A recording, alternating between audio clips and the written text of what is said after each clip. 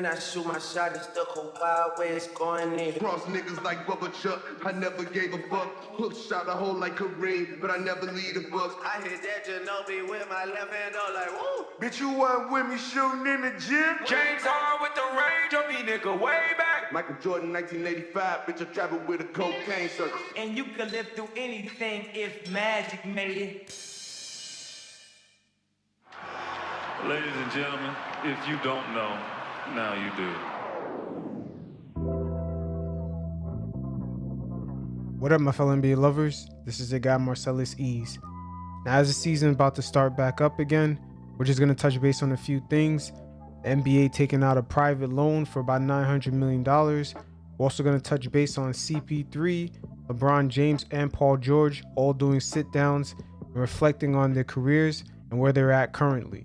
But before I get to all that, I want you guys to check out the description below. Check out my weekly gems. I know you guys got a lot of different hobbies and interests. There's a lot of things you could download straight into your phones, a lot of good information to keep you in the know. So check it out. Now, with the pandemic this year, it kind of exposed a lot of holes within our country when it comes to a lot of financial aspects of it. Now, going from the person that's living check to check, they may be in a financial hole, people that's relying on credit cards, going all the way to major institutions and businesses. As we've seen major chain restaurants only a month during when the pandemic started already couldn't pay rent, and we've seen some major businesses and chain stores close down, and now we're seeing sort of businesses that have a nice cash flow according to the paperwork not really financially struggle, but kind of be so obligated that they cannot stop their business even if there's a death-defying sickness going around. It's almost like you could be so obligated financially that there's no way in hell you could even take a moment to stop, no matter what. And we've seen this play out this past summer with the NBA bubble, with the league not being in a great position while negotiating a brand new TV deal using low ratings from the past few years, and at the same time their TV partners were already struggling before the pandemic. For them to just leave them hanging and not play any games for the rest of the year, the league pretty much was obligated to continue on and try to recoup as much money as they can. Now, to ensure some financial stability going forward, the league actually took out a $900 million loan from the private placement market. Now, the private placement market is just pretty much a bunch of institutional money, aka could be from major insurance companies, banks. Just only a few group of investors are actually allowed to participate in this market, in which private companies like the NBA can basically take out loans, which are long-term loans, and it's actually at a fixed interest rate throughout the whole tenure of the loan. Now, you're probably asking yourself, why the hell is the NBA taking out a private loan after dealing with the pandemic for less than half a season while making more than double in TV revenue that the league has ever made before? Because remember, their old TV contracts was for $966 million a year. And when they signed that new TV deal in 2017, it was for $2.6 billion every year. So their revenues have jumped almost double. But you also got to keep in mind, with no fans being in the stands, that's 40% of league revenue. And a lot of these small market franchises were already losing money every year. And the league having the luxury tax program in which teams participate in that revenue sharing, it will not apply if there's no fans in the stands. So it kind of leaves the smaller market teams hanging, and they kind of got to pay for player salaries, while at the same time them relying on fans being in the stands is a crucial part of their business model. And if the fans are not there, the owners are not going to want to operate these arenas being open and them paying these players straight out, because their pockets are not as deep as other owners, particularly from the larger markets. Now, the NBA entering the private placement market in order to get a loan makes me wonder, how are their TV negotiations going right now? Because in the current TV deal that they're under, that's based off the ratings off of LeBron James and the Miami Heat years, where the ratings were up, and of course LeBron was the villain, so there was a lot of interest. But right now the league is negotiating a brand new TV deal with the ratings from 2015, 2016, 2017, 2018. And if you look, there's a steady trend of ratings going down in all those years, year after year. And of course, with their current partner like ESPN already dedicating a lot of money towards college football, especially the SEC. I'm just very curious of how negotiations are going forward right now, because if they were going pretty good, the NBA would normally leverage those negotiations and get a loan, at least to cover them for this year and possibly next year, just in case the vaccines don't go out. But once again, with this type of loan, it's pretty much a relationship-based type loan, because more than likely, whoever gave the NBA this type of loan is most likely a business partner or just some entity that's very interested in making sure that the NBA survives in the long term during this pandemic. Because transactions in the private placement market tend to be more relationship oriented than transactional. Also, the way this was covered throughout the media, particularly the NBA media, outlets like ESPN, was pretty vague. They said almost every team gets about a $30 million boost from the league, but in reality, the league took out a loan once again, and it's very important, particularly for the small market teams, to get some sort of revenue this season, because a lot of those owners did not want the season to start up without a plan to get fans in the stands, or just some sort of plan to get revenue in a different way, because they really rely on the fans showing up, because they don't have those large TV contracts like the Knicks and the Lakers have. And we've seen the Golden State Warriors going out of their way, because they spent all that money on that brand new stadium. They're willing to spend $30 million on top to give fans a quick test that will get the results within 15 minutes. That's how desperate some of these franchises are in order to have fans in the stands. And the Warriors are willing to spend that type of money only to get at 50% capacity. And it pretty much shows the importance of fan ticket revenue. We'll see how this plays out. But I thought it was very interesting during the NBA Finals, that YouTube TV collaboration between the league. I believe the NBA may head towards a direction of securing the next deal, possibly with a tech company, maybe with Amazon, Apple TV. There's a lot of options out there, and these tech companies have a lot of cash to burn. So don't be surprised if ESPN or maybe even Turner Sports, who have a long relationship with the NBA, will no longer become the TV partners. And now the NBA will be a league that will be consumed mostly through the digital world. Or who knows, maybe even Twitter or Facebook may make an attempt to secure the NBA viewership. Now CP3 sat down with his former teammate JJ Redick, and they spoke about the 2018 conference finals against the Warriors, in which CP didn't play the final game of the series in Game 7. And quiet as kept, Andre Iguodala was a main factor in that series, as after the first 2 games, he went out with an injury, and that's pretty much where that whole series flipped. But the narrative nowadays is that the Houston Rockets were pretty close in beating the Warriors. Had CP3 not went out, they possibly would have won. But it's funny because now CP3 spoke on the importance of Andre Iguodala when he hit his free agency during the Golden State Golden years, that he was trying to recruit him to the Houston Rockets. I'll tell you this, Bubs. I said I was never going to put myself out there like that again, like trying to recruit somebody to come to a team, right? Because I'll just tell you this story real quick. Right after I got traded to Houston, I was in LA, and Daryl Morey and Mike D'Antoni them told me that we had a meeting. The team had a meeting with Andre Iguodala, right? So I went to the meeting. It was at the Montage. I went to the meeting. Team sort of pitched Dre to come to Houston and all this. I won't say what was said in the meeting and all this, but I sort of had this feeling that Dre was going, like, leave Golden State. He was a big piece of them, big piece of their team. Man, when he went back and all this stuff, I was like, oh, I ain't doing this shit again, because I'm mad. And people got to understand the importance of Andre Iguodala and the Golden State Warriors. He was able to guard anywhere from the point guard of the other team all the way through the small forward, or even possibly the power forward, depending on what kind of small ball the team was playing. But the importance of Andre Iguodala was very important to Golden State's success.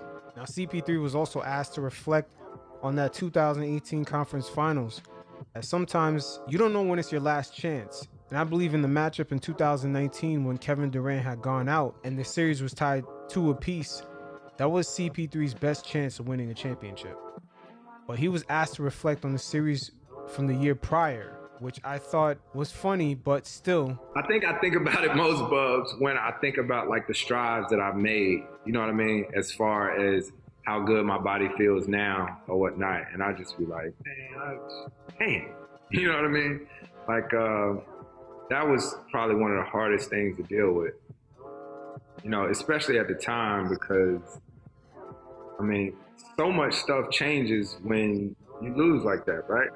Like Trev, like TA, you know, that's my brother. That's my dog. You know what I mean? Like that next year, he wasn't with us. You know what I mean? Everybody, something changed. You know what I mean? For everybody's career, and I know that happens in sports or whatnot. But And a lot of teams go through that. I mean, some people assume the team will make the same conference finals or the NBA finals the next season, but none of that's a guarantee. I mean, it's possible that shot by Kawhi Leonard against the Philadelphia 76ers, that's probably the most peak that team possibly have ever gotten. It could be, historically, if we're looking back through the NBA annals of time, that could be the peak existence of that Philadelphia Joel Embiid, Ben Simmons team. The same thing applies here for the Houston Rockets. To me, their peak was not that 2018 conference finals in which they lost game 7. Their peak was in 2019 when they had that opportunity to take down the Golden State Warriors with a very thin bench. Because remember, Kevin Durant, all their cap went towards him. And they already had another guy, Stephen Curry, with a supermax contract. So that team's bench was very thin. And for Stephen Curry and Klay Thompson to go after James Harden and CP3 in back-to-back games, especially winning the next game on the road, that pretty much closed the books on the Houston Rockets. Tone, who's the head athletic trainer in Houston, after we lost that game 7, I asked him to keep the t-shirt and hat. You know what I mean?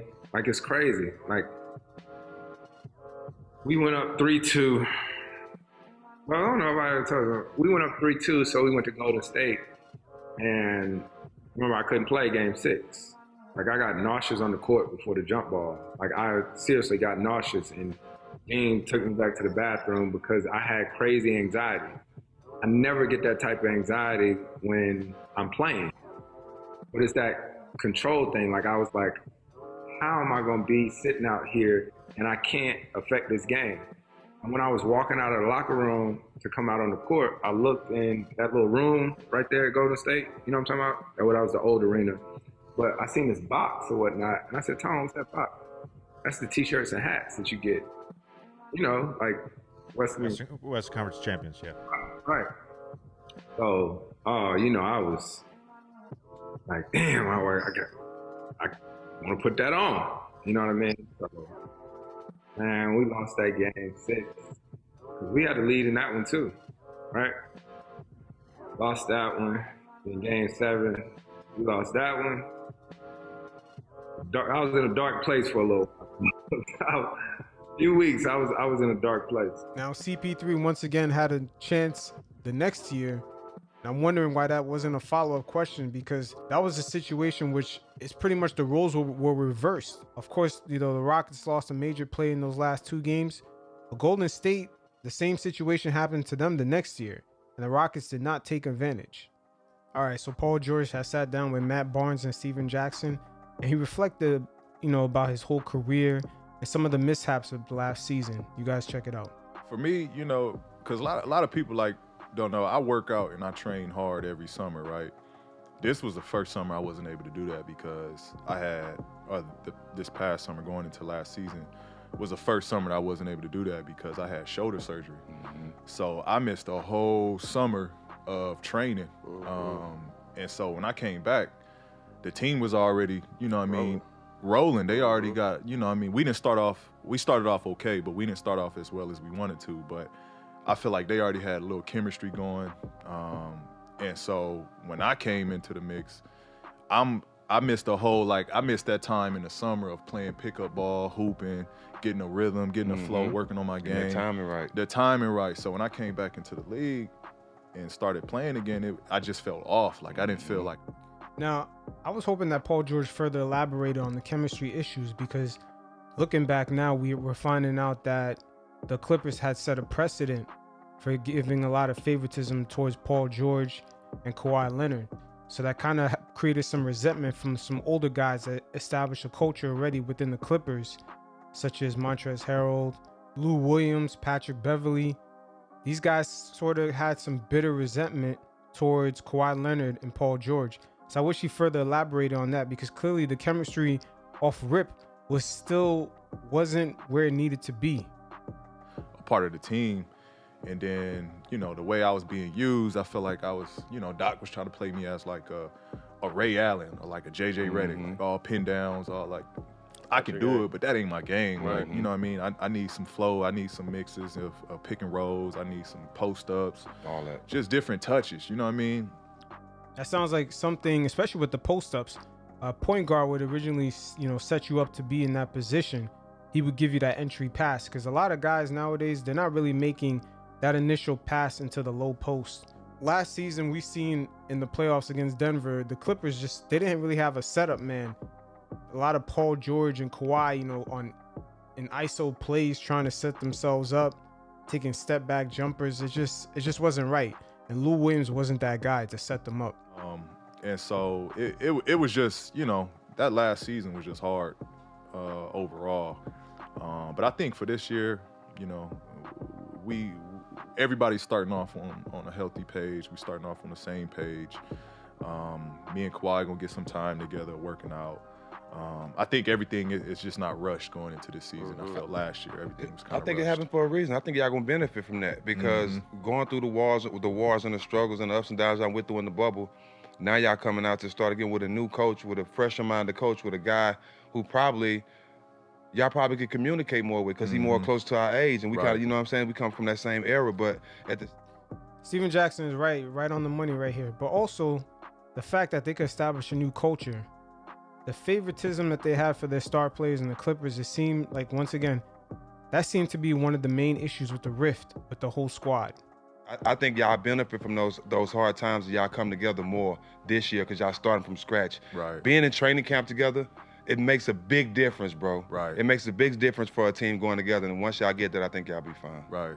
And I just think to understand, I mean, you got to think for the first time, the Clippers were picked to win a championship. When was the last time you ever heard that? Right. Never. You know what I mean? So a lot of added pressure on that. And then, like you said, not being able to gain that chemistry from the jump. And people can say what they want. Chemistry is the key to winning championships. And it definitely is. We're seeing a lot of overhype nowadays. You know, once a team looks good on paper, we see analysts going just off the rip saying this team is the top ranked team to win a championship. And like they said, chemistry is a major thing that's going to factor in taking some of these guys over the hump, especially when they hit a wall during the playoffs.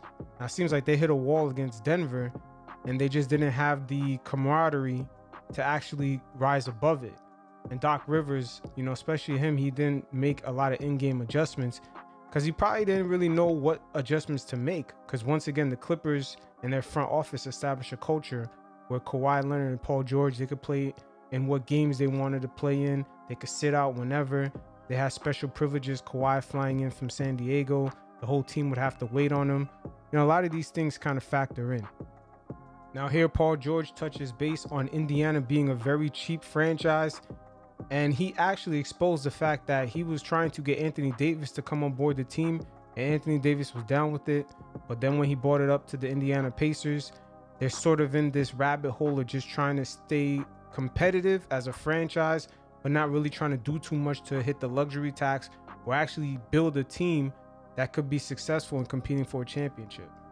I ain't really, you know, vibe with a lot of the front office people after they made the change. Right.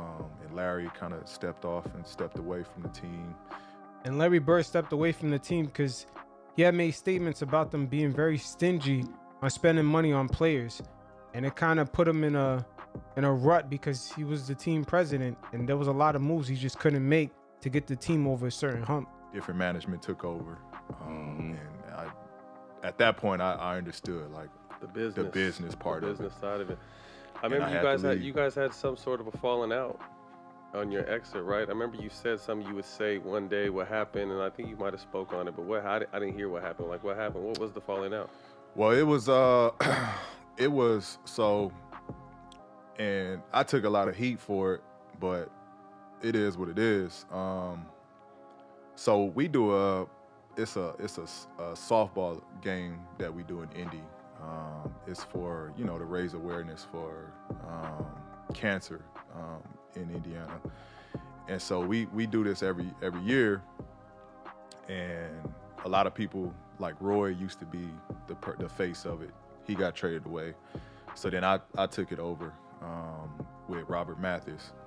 Football player. Yeah, so we took it over, and I joined, part with him to kind of keep that game and that tradition going. So we did that.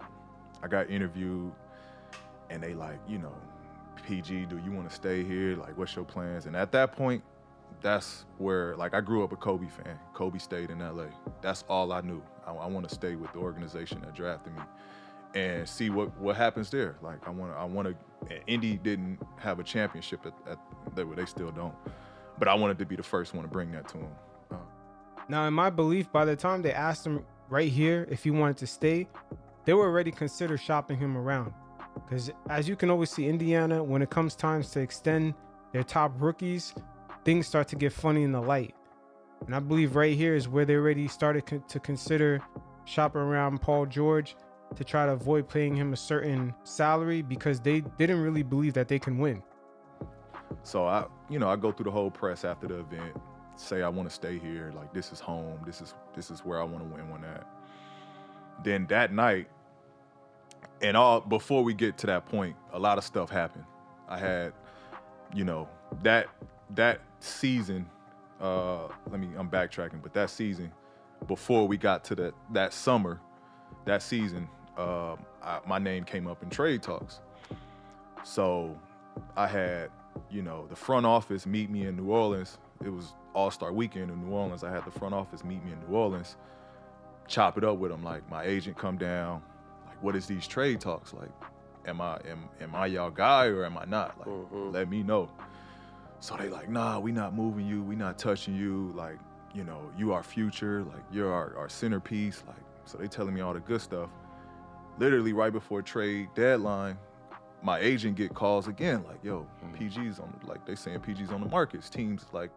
Once again, Indiana, man, they was already shopping him around because there wasn't that much difference in paying Paul George, giving him a max salary contract versus not giving him one.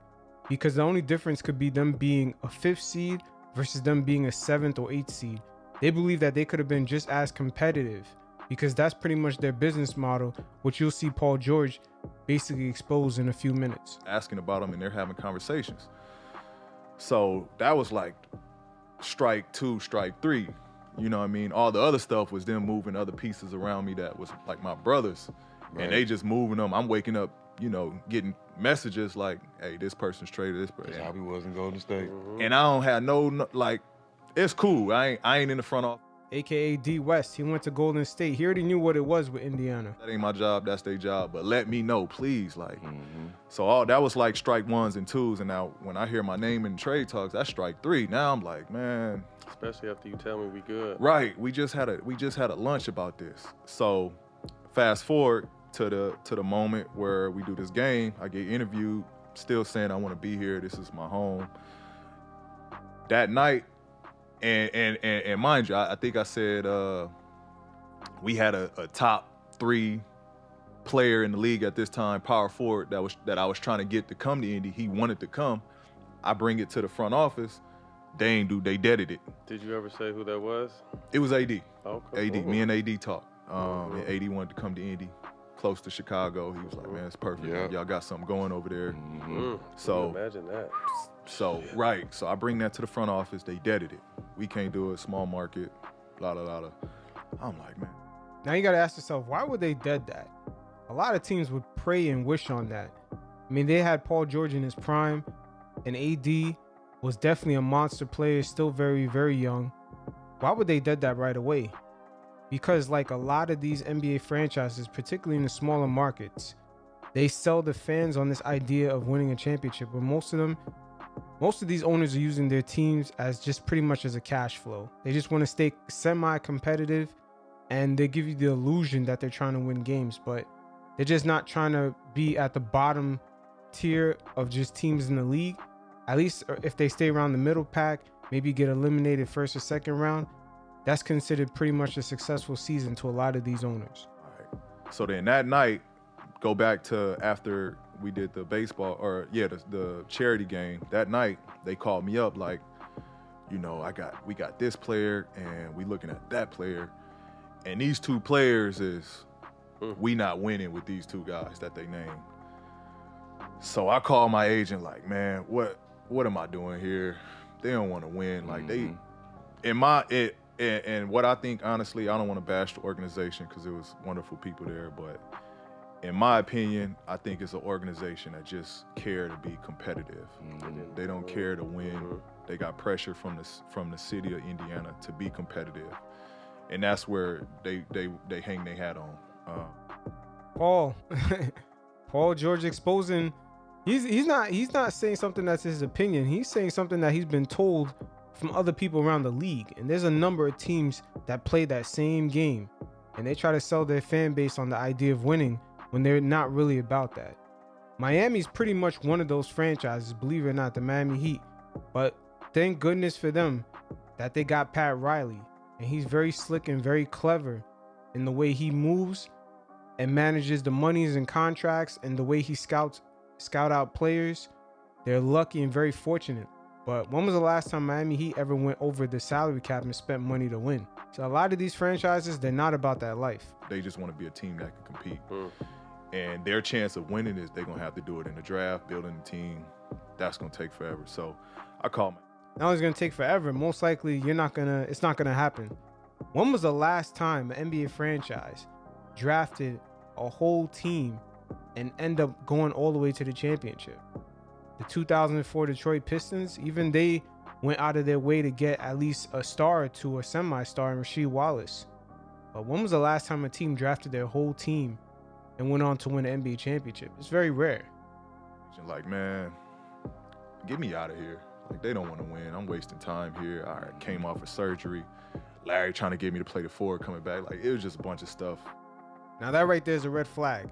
The fact that Paul George had that crazy injury after the Olympics and Larry Bird was trying to get him to play the 4, in my opinion, I'm thinking that they're trying to devalue Paul George's contract extension year to try to make him look like he's less valuable. He's not the same guy.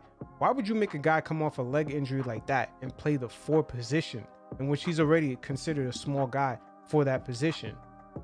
Unless you're not trying to pay him and give him the San Antonio haircut on that next contract extension. See, a lot of these teams, they have very, very slick ways of trying to avoid to paying guys. And Larry Bird is not his fault. He only has enough basically leverage as much as the owner gives him. So if the owner's not going to be willing to spend a certain amount of money, he only has that little wiggle room to make something happen. I threw the towel in, and man, I just asked to get out of there. And that's how that all that kind of transpired. Now, Paul George actually reveals how Kawhi got him to come on the Clippers. Yeah. Man, the whole way how it came about was just crazy, how everything lined up. And I'm going to be careful because I don't want to, OKC was awesome partners that made the deal happen. Absolutely. Yeah. So I don't want to, throw anything out there that's going to put them in, Sam Presti was just That's dope. my guy. One of the best GMs and you had him in San Antonio? Partners to work with. So, man, after that season, and Kawhi and them just won it, I texted him like, yo, congrats, bro. Like, you know what I mean? What a real one would do. Yeah, showing love. Like, because we talked about playing with each other a while back. So I'm, I'm just like, congrats, bro. Like, good shit. You did your thing. Like, let them know, that it was love on this end. And I'm at dinner. And so he hit me. He called me now. He's like, oh, yo, good looking, bro. Good looks. So he like, what you gonna do? I'm like, wait, what? I'm in OKC. Like, what you mean? I'm under contract. I just re-up. Like, what you mean? He like, nah, what you gonna do? So I guess some stuff leaked. Some stuff was getting out there that, trades was possible and somebody was looking to get moved.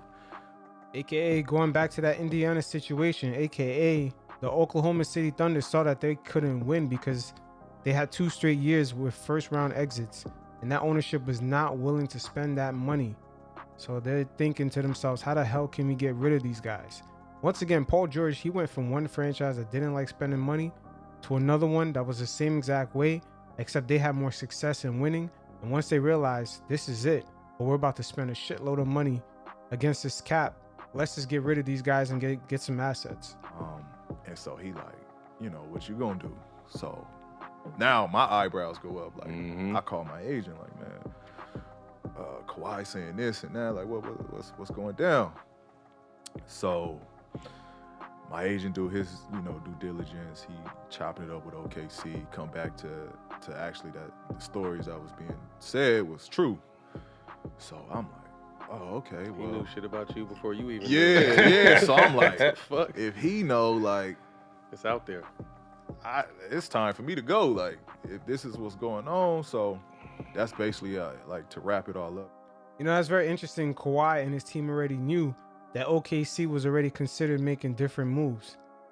Once again, a lot of these NBA franchises, they view themselves that, as long as they remain competitive, it makes sense.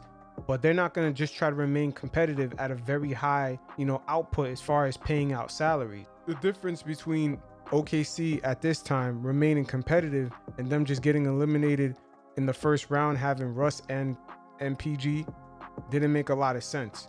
So after 2 first-round exits, the ownership figured out that, we got to make different moves. We could pay out a lot less in salary, especially with Melo's contract, kind of lingering over their heads, that $30 million that he opted into. It kind of put OKC in a unfamiliar position because that's a small market franchise that was about to take a big bite into that luxury tax. It's kind of how it happened. And I went to Vegas. Me and him was on the clock, on an hourly clock. Like, yo, what's they saying on that side? They saying this on my side. Like, so we was just hip to hip with what was going on. Everybody, my side, his side, working together to where ultimately, man, we was able to pull it off. We made it happen. Now, Paul George is also going to reveal how him signing the extension to stay with OKC prompted them to go after Melo. That was pretty much the deal that they made behind closed doors. Melo is a real one. And I got to spend time with Melo with Team USA, so that's where our relationship really, our bond, came. Melo was a real one. Like, what people don't understand, Melo sacrificed.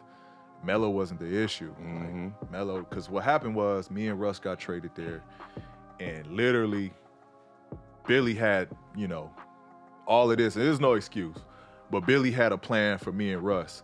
Then literally, like, right at the last minute is when we got Melo. So now, like, Billy, like I don't know how to incorporate it. Y'all was my 2 guys. Like, Melo just gonna have to find his way. Like, and so I tip my hat for Melo. Melo was 100 the whole time. He let me and Russ run the show. His only thing was, did he really let you run the show? He seemed awfully bitchy about coming off the bench. Cool. It's their team. Like, I can be used more though. Like, don't just have me be a spot up player. Yeah. Like, y'all can play through me sometimes too, which we understood. We agreed. Like, we could play through Melo a little bit more. That wasn't the plan that they wanted going forward. So we really just missed out on the opportunity of us 3 being able to play together. Now, it being short-lived was not a bad thing at all because it wasn't going to work out. First of all, they had no reason to be getting eliminated by a rookie in Donovan Mitchell at the time and the Utah Jazz in the first round. That elimination was pretty much an embarrassment. And then the following season, another first-round exit by the Portland Trail Blazers, who the season before got swept by the Pelicans. And then the pandemic hit. And, at that point, it was like, man, like, we didn't know what we was going to get out of the team at that point. We wasn't connected. We wasn't around each other. We got a group chat that we was, messaging, making sure everybody was staying on their stuff, but it just wasn't the same. And then, like I said, when we got into the bubble, our energy, like, we wasn't practicing how we should have been practicing. We wasn't working like we should have been working. And finally, Paul George touched base on some of the mental aspects within the bubble. And in my opinion, they should really take a notch down with some of the mental issues that some of the players have on the team, because that basketball court is a war zone. And they're giving a lot of teams looking from the outside an edge over them to mentally know that, in certain circumstances, this team could be weak.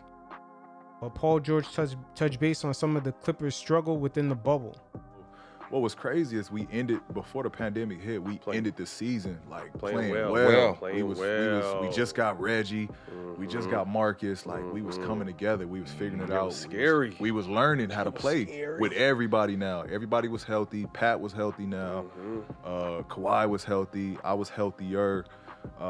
Like we had a complete team, and then the pandemic hit, and you know, at that point it was like, man, like we didn't know what we was gonna get out of the team at that point. We wasn't connected, we wasn't around each other. We got a group chat that we was, you know, messaging, making sure everybody was staying on their stuff, but it just wasn't the same.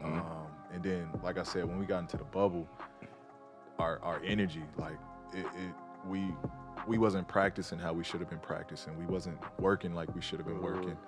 And you can feel it too. Sometimes you can just feel that shit. You can feel it. You can feel it. And our crutch was, we got this, we got that person, you got that paper. That paper look good. Look good on paper. The bench is solid. Like we had that as a crutch, and that's, at the end of the day, that's what we just kept leaning on. That's what we was putting a Band-Aid on everything on. And it just, you know, it don't work out like that. And Jokic ended up killing them, especially with that bench. Jokic ended up destroying that bench. Montrezl Harrell couldn't guard him. Lou Williams was not the point guard that can initially set guys up, because once again, Paul George and Kawhi Leonard was just going one-on-one the whole time. It is what it is. Okay, now looking at the reigning Finals MVP, Mr. LeBron James, aka Mr. Control His Own Narrative. And LeBron James' legacy to a lot of NBA players is awakening them to the business of their image and just their business overall on and off the court. Now, LeBron James, this current NBA championship was well deserved. The team was well prepared, especially they had a ton of new players for them to get their chemistry right. But LeBron James, once again, he kind of controls the narrative as he brings up the 2016 championship, in which the Cleveland Cavaliers were the favorites to win that championship. And that was Golden State before they had Kevin Durant. Now, once again, LeBron James kind of spins the narrative and makes it seem like the Golden State Warriors was some unstoppable team.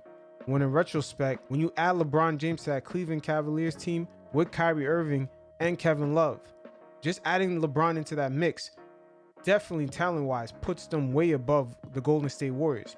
Why were they down 3-1 to begin with is a very huge question mark. But let's listen into what LeBron James had to say about it. Just imagine, just imagine it's 16, RJ. We're down 3-1. Which one there's nothing in here. If we're down 3-1 and 16. Yeah. And we're not going back to Cleveland? And we're just playing another empty arena? We're just playing another game in the bubble? Golden State may beat us by 100. Yeah. Now, LeBron James saying Golden State would have possibly beat them had they never had a home game by 100. LeBron James does not believe that.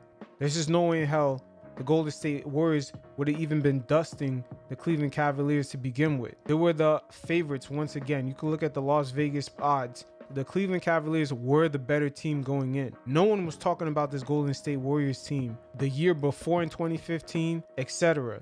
These guys came out of nowhere, and they were not ranked anywhere even close to LeBron James's Cleveland Cavaliers. Once again, LeBron James adding that little spin and that little extraness to that Golden State Warriors team in 2016 is just him trying to say, hey, look, that team was so great, but yet I beat them.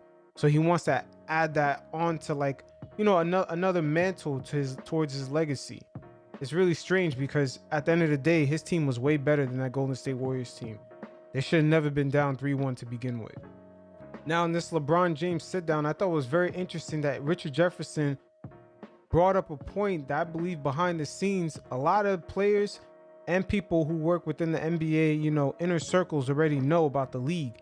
That the league is really all about a very few teams, and the rest of the teams just sort of just linger around, but the interest is in a very small amount of teams and players.